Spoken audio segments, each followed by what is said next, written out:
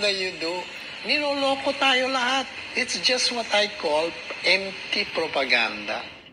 Ganito inilarawan ng dating Presidential Assistant for Economic Affairs ni dating Pangulong Fidel V. Ramos na si Jose Alejandrino ang ginagawang pakulo at pilit na pag-iwas ng Marcos administration sa tunay na estado ng Pilipinas. Sa eksklusibong panayam ng SMNI News, sinabi ni Alejandrino na tuloy-tuloy ang pagbulusok pababa ng ating ekonomiya dahil wala nang gustong mamuhunan bunsod ng talamak na korupsyon ng mga buhayang politiko.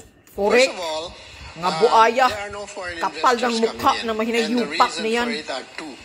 Sarap pang tapunan ng bomba. Which this government has doing nothing about. It's not addressing the problem of the corruption. Correct. Bakit? Well, because those who are corrupt are within the circle of the government. They're making hay while the sun shines. Maliban sa korupsyon, ay takot din anyang mamuhunan ng ibang bansa sa kawatan, Pilipinas dahil sa nakaambang gyera sa pagitan ng kawatan mas ang malalakas record. pang bansa. Secondly, the investors are shying away from the Philippines because they don't want them to invest in a country that might be the next battleground. Exactly. Between the US and China. They're not crazy. Yes. Kaya hindi nakataka-taka kung bakit mas pinipili ng mga investor na maglagak ng pera sa ibang bansa. Hindi rin anya maiwasang questionin kung nasaan na ang resulta ng mga pagbisita ni BBM sa ibang bansa. Sinabi ni, I remember his son Sandro saying, justifying the travels of the father, saying our return of investments are going to be in the tens of billions of dollars. Okay? In other words, trying to justify why they're spending so much money on traveling. Today, I asked Sandro, where are those investments? There are tens of billions of dollars that you're boasting Kaya nga. of. I said, where is your return on investments of your father's travel? Where Exactly. is it? Where is the ROI, return on investment, of your father's travel? You tell me where. Binigyan din ni Alejandrino na mula nang maupo bilang Pangulo si Marcos Jr. ay naging worst performer na ang Pilipinas sa buong ASEAN. At nasaan na nga raw ang mga ipinangakong trabaho. Kung tutuusi, wala na raw tayong ibang ginawa kundi ang mangutang na mangutang para lang mabuhay ang ating naghihingalong ekonomiya. Pero maliban sa pagbagsak ng ekonomiya, sinabi ni Alejandrino na ang matinding problema na kinakaharap ng ating bansa ay ang pagsasawalang bahala ng Marcos administration na solusyonan ang mga suliranin at isyong nakakaapekto sa buhay ng ordinaryong Pilipino. Sa huli, sinabi nito na kung magpapatuloy ang matinding kahirapan na nararanasan ng mga Pilipino, ay mapipilitan ang buong sambayanan na mag-aklas para mapatalsik sa pwesto si Marcos. And when you have an economic crisis that I foresee coming, it will create a revolution. Para sa Diyos. Exactly. Mas maganda yan. Mag-revolution na nga. Kailan pa? Simula na kayo. Talagang revolution na. Gutom na ang taong bayan eh. Ha? Tama. Ang sinasabi ni Alejandro, o sino yan? Ha? Nasaan na ang return sa mga travel mo?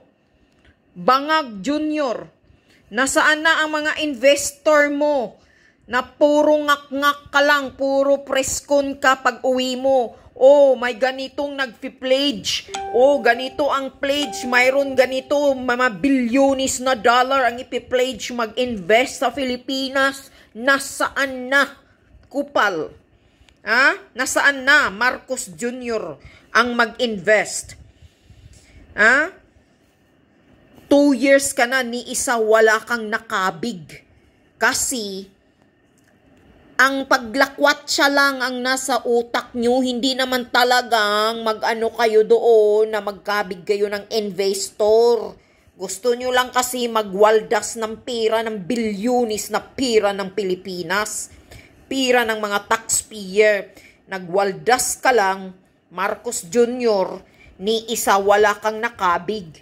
Bakit? Diyan mo makikita kung kaano ka incompetent na pagka-presidente, gaano ka ka-inutil na pagka-presidente, gaano ka kawalang prinsipyo, gaano ka kawalang utak, na pagka-presidente kaya walang mag-invest sa Pilipinas.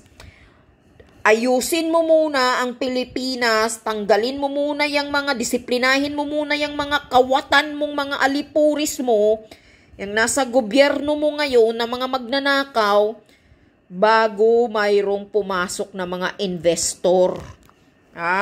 At wag nyong gipitin tulad ng panggipit nyo sa Okada, according to Maharlika, tulad ng pakikisawsaw ni Lisa Marcos sa Okada at ni Tambaluslos sa Okada, na ginigipit nyo yung Okada, kahit private yan, ginigipit nyo, nakikisawsaw kayo, kay gusto nyo mayroong kayong share.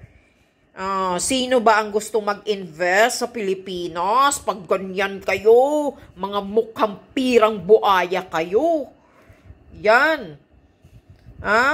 Another thing, sino ba ang gustong mag-invest sa Pilipinas na ginagawa mo na ang Pilipinas ngayon na magiging battleground sa gyera? Na gusto mo nang ipapahamak ang Pilipino sa wag ka lang magkakamali bangag sa desisyon mo na ipapahamak mo ang mga Pilipino sa gyera.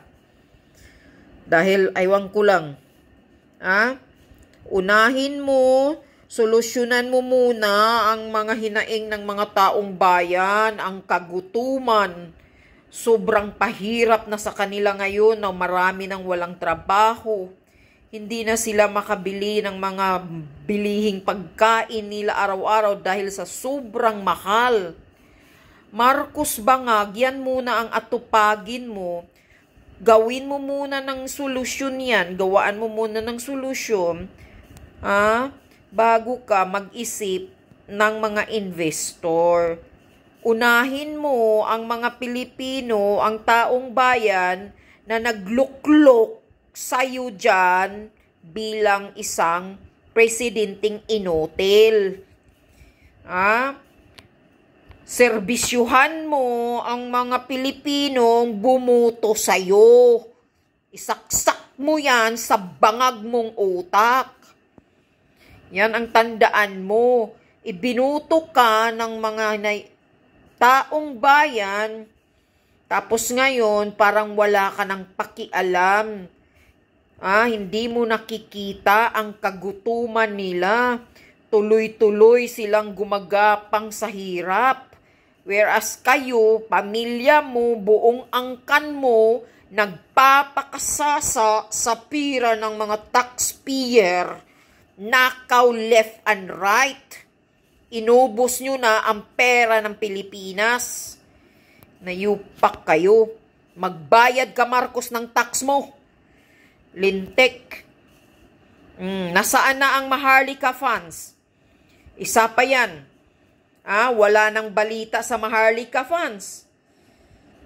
Nung umiska po si Lisa Butod nandoon sa Brunei, anong ginagawa doon sa Brunei na umiiska po daw, sabi ni Maharlika. Anong ginagawa niya sa Brunei? Dahil bakit? Nawala na ba ang pera? Binulsa na ba nyo? Pinasok nyo na ba sa offshore account ninyo ang Maharlika funds? Nasaan na ang Maharlika funds? Na ilang bilyunis. Wag lang kayong magkakamali. Kayong mga is or pag-ibig. Kung nag-join kayo sa Maharlika pa na funds, kawawa talaga kayo. Dahil tandaan nyo, pera yan. Contribution yan ng mga taong bayan. Hindi yan pera ng gobyerno. Contribution yan ng mga Pilipino para sa retirement namin.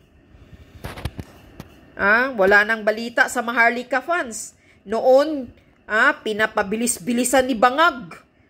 Pinapabilis-bilisan mo na maaprubahan ang Maharlika funds para maisali mo sa SUNA.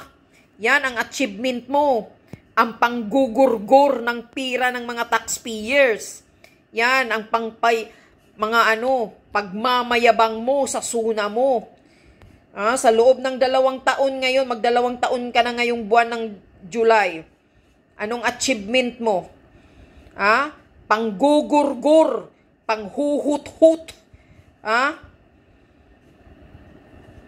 pagwaldas ng pira ng mga Pilipino, ng mga taxpayer. Linggo-linggo kayo nayupak kayo, nagpasunsyo kayo dyan, concert kayo dyan sa Malacanang. Kang PRRD that time, wala namang mga ganyan-ganyan. Sobra talagang kakapal ng mukha ninyo. Saan kayo kumuha ng kakapalan ng mukha ninyo na ipapakita nyo pa sa taong bayan na kayo sobrang saya-saya ninyo? Yan ba? Niluklok ka ba ng mga taong bayan dyan para yan ang gagawin mo, Marcos Jr.? Yan ba ang bayad mo sa pagluklok ng taong bayan sa iyo? Pahirapan mo ang mga Pilipino? Walang hiya ka. Sobrang kapal ng hinayupak ng mukha mong pulburoni ka. Nayupak kayo. Sana makarma kayo. Parihas ka na sana kay Bunjing Rimulya. Bigla na lang sana kayong matigok. Karmahin ka sana buong angkan.